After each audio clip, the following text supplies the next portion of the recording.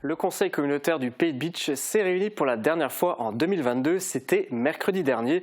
33 points étaient à l'ordre du jour. Au cœur des débats, le lancement des études sur la compétence GEMAPI et la mobilité, ainsi que la construction d'un nouveau stand de tir à Bitche. On en parle tout de suite après ce résumé. Dernier conseil communautaire de l'année 2022 pour les élus du Pays de Bitche. 3 heures de réunion pour 33 points à l'ordre du jour. Parmi eux, la prise de compétences santé au sein de la collectivité à travers un contrat local de santé élaboré avec de nombreux partenaires comme l'ARS et le Conseil régional Grand Est. L'objectif, travailler avec les professionnels de santé pour répondre aux besoins du territoire et renforcer l'offre de soins. Sur le plan associatif, la Comcom du Pays de Bitche renforce sa collaboration avec Loisirs Jeunesse en versant une subvention supplémentaire de 60 000 € à l'association. Le but, répondre à une convention signée avec la CAF il y a un an pour développer le volet jeunesse, notamment à travers les ALSH, accueil de loisirs sans hébergement. La CCPB renouvelle aussi son engagement vis-à-vis de Mosaïque Cristal en signant une nouvelle convention d'objectifs et de moyens pour 5 ans jusqu'au 31 décembre 2027. Le montant annuel de la subvention de 246 800 € accordé de 2018 à 2022 est reconduit sans revalorisation et nouveauté, il sera réexaminé annuellement. Du côté des investissements, un nouveau chauffage va être installé au gymnase et dojo de Rohrbach-les-Bitches pour un montant de 56 000 € financé à 40% par l'État, le système actuel étant défectueux. Les anciens locaux de l'entreprise Veolia, rachetés par la collectivité pour y installer son service technique, vont être agrandis et remis aux normes pour un montant proche d'1 million d'euros. Là aussi, l'État soutient le projet à hauteur de 40%. Enfin, une mise à niveau de l'éclairage public va également être opérée sur 12 sites appartenant à la collectivité pour passer à la technologie LED. Un chantier de 128 000 € bénéficiant d'une aide de l'État de 51 000 €. Mais au cœur des débats, il y avait surtout la gestion de l'eau, le développement de la mobilité et le financement d'un nouveau stand de tir à Bitche. Et on démarre avec l'eau. La communauté de communes du Pays de Bitche a lancé 2 études, une pour la structuration des compétences assainissement, eau potable et eau pluviale urbaine, et une pour la structuration de la compétence GEMAPI, gestion des milieux aquatiques et prévention des inondations. C'était le point 14 de ce conseil communautaire. Information sur les décisions prises par délégation au président. Ce sont en fait les décisions que le président peut prendre seul parce que le conseil communautaire lui en a préalablement donné le pouvoir. Et parmi les décisions prises, il y a donc ces 2 études. Oui, mais la première a déjà été lancée. Là, il s'agissait surtout de la seconde, celle sur la compétence GEMAPI. L'étude a été commandée auprès de 2 cabinets, KPMG Expertise et Conseil pour près de 64 000 € et Safej SAS pour près de 77 000 €. Et quel est l'objectif ? Alors, ce sont des études de structuration. Depuis la loi NOTRe, les EPCI comme la Comcom du Pays de Bitche doivent obligatoirement exercer les compétences eau et assainissement, des compétences détenues préalablement par les communes et les syndicats des eaux. À l'origine, le transfert devait être effectué au plus tard, au 1er janvier 2020, mais un délai supplémentaire a été accordé à certaines communautés de communes jusqu'au 1er janvier 2026. Pour faire simple, l'objectif de ces études est de se préparer à récupérer la compétence afin de l'exercer correctement. Alors dans tout ça, ces études, elles ont un coût. Je suppose qu'il y a eu des réactions ? Il y en a eu plusieurs, effectivement. La collectivité travaille sur ce dossier depuis 2 ans et encore cela ne concerne que l'actuelle mandature. Des études ont déjà été lancées. Christian Schwalbard, maire de Walchbronn, a dit qu'il en comprenait l'intérêt mais ne connaît pas le contenu de certaines d'entre elles, notamment celles dédiées à l'eau potable. On l'écoute. Là où je suis encore une fois étonné, c'est cette étude sur l'eau potable. Je ne comprends pas. J'avais reposé la même question l'autre fois. Quel est l'ordre de cette étude? Cette étude va servir à quoi? Quelle est la différence entre cette étude et l'autre étude? Et on va reparler eau potable sans avoir réuni la conférence des maires. Le 15 juin, nous avions une conférence des maires où les choses ont été présentées. Voilà, c'était il y a quelques mois. Sur la question de l'étude, nous avons l'eau, l'assainissement, c'est sans doute ce que vous avez évoqué avec le cabinet Baird, voilà, qui est en cours. Et puis nous avons la GEMAPI, c'est un autre bureau d'études puisque c'est KPMG qui va démarrer ses travaux. Donc on a une étude globale qui a été financée par l'agence de l'eau. Dans cette étude, il y a 2 lots.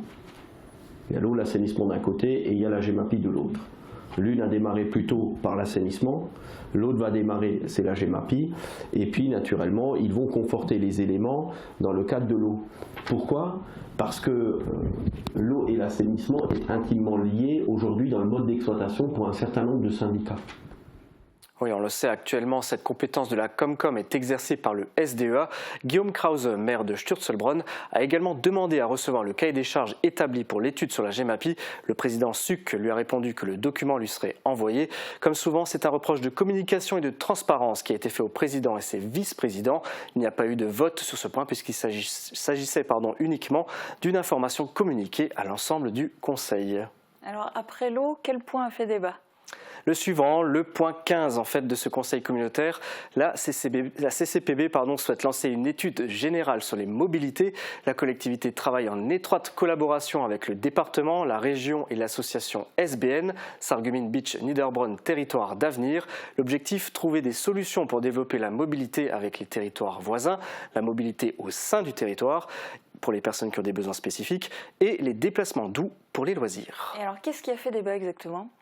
Là encore, c'est un manque de communication qui a été reproché au bureau suite à un article paru le jour même chez nos confrères du Républicain Lorrain. L'article, le voici, un article où le maire d'Étain, Christian Bichelberger, lance un appel aux élus du Pays de Bitche pour que la Comcom soit candidate à l'expérimentation d'un nouveau concept de train. Nous avions d'ailleurs nous-mêmes réalisé une interview du maire il y a un mois à ce sujet. C'est un concept de train modulaire électrique porté par l'entreprise alsacienne LOR, conjointement avec la SNCF. Ce train baptisé Dreisy est destiné aux tronçons de moins de 100 km à faible trafic. Un premier prototype devrait voir le jour en 2024. Christian Schwalbach, maire de Walchbronn, a demandé si la CCPB était effectivement candidate. On lui a répondu que oui. Il regrette d'avoir découvert l'information par voie de presse. Regardez. À un moment donné, quand vous vous êtes porté candidat, vous aurez pu nous faire un petit mail par rapport à ce qui différents mails qu'on a eu de notre collègue Christian Bichelberger, avant que l'article paraisse dans la presse. Vous aurez peut-être pu nous informer. Juste un mail pour dire que nous sommes candidats à ce projet. Dès que le président Rotner et la conseillère régionale ont abordé un peu le sujet et que le président Rotner avait évoqué son ambition d'expérimenter ces nouveaux modes de transport et que peut-être le Pays Beach serait un terreau d'expérimentation intéressant, je l'ai signifié au président Rotner en disant le Pays Beach sera candidat. Voilà. Et ça, c'est un courrier qui lui a été adressé courant du mois de juillet. Et donc, naturellement, aujourd'hui, pour affiner à la fois le tronçon d'expérimentation, pour affiner les besoins, pour affiner les volumes, pour arriver au dernier kilomètre, on a besoin d'une approche globale qui se fera de concert avec les deux territoires connexes, que sont le territoire de Sarreguemines et de Niederbronn, et naturellement sous le patronage de la région. Voilà un projet qui reviendra sans aucun doute sur la table. Le lancement de l'étude sur les mobilités a été adopté à l'unanimité. Et on peut donc passer à la thématique suivante. Oui, même s'il n'y a pas d'émission sport aujourd'hui, j'arriverai quand même à en parler dans cette chronique politique. Retour sur la construction d'un nouveau stand de tir à Bitche. Le projet est dans les cartons depuis un moment. S'il se concrétise, le stand sera installé en face du VVF à l'étang d'Asselfurt. Cette fois, il s'agissait de voter un plan de financement et des demandes de subventions. Voici les grandes lignes du projet. 30 postes de tir de 10 mètres, 25 de 25 mètres et 25 de 50 mètres. Cela permettrait à Bitche d'accueillir des championnats et stages nationaux, mais aussi des disciplines olympiques. Un stand de 100 mètres et un ciné-tir sont également envisagés. Bien sûr, il y aurait aussi de quoi accueillir le public et les sportifs. Les publics visés sont les clubs locaux, écoles, collèges, lycées, l'armée, la police, les chasseurs et les touristes. Alors visiblement, ça serait un très bel équipement, mais quel en serait le coût ? Le montant s'élève à plus de 6 millions d'euros. Le financement tel qu'il a été présenté propose de répartir l'investissement équitablement entre le département, la région, l'État et la Comcom, soit 25% chacun, 1 500 000 euros. Pour que ce plan devienne réalité, la collectivité doit réaliser une demande de subvention auprès de chacun de ses partenaires et bien sûr que leur réponse soit favorable. Et comment a réagi le conseil communautaire ? Pas très bien. Guillaume Krause, maire de Sturzelbronn, était surpris de découvrir ces chiffres alors qu'aucun projet n'a encore été validé. On l'écoute. Si on a déjà ces devis, c'est qu'il y a certainement eu un APS ou même un APD. Donc, pourquoi est-ce qu'on ne nous présente pas cela à l'Assemblée au Conseil communautaire ? On est à 6 millions d'euros. Voilà, c'est les grandes masses, tel que le projet avait été évoqué il y a quelques années déjà. Ce travail de construction maintenant pour définir de manière précise, il va démarrer. Nous, ce qu'on a demandé au plus vite, c'est d'avoir déjà un chiffrage qui nous permet de manière globale d'aller voir les financeurs. Parce que si les financeurs aujourd'hui ne nous accompagnent pas voilà, avec un niveau de subvention important, stand de tir, on ne le fera pas.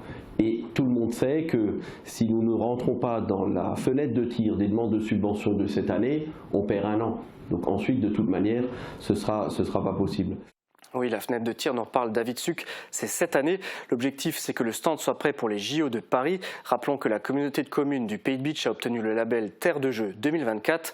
Guillaume Krause a ajouté qu'au départ, le projet n'était pas chiffré à 6 millions d'euros. Alors en fouillant les archives, j'ai trouvé un chiffre qui remonte au conseil communautaire du 30 mars 2022. On parlait alors de 3 400 000 euros, mais c'était un chiffre prévisionnel émis lors du vote du budget.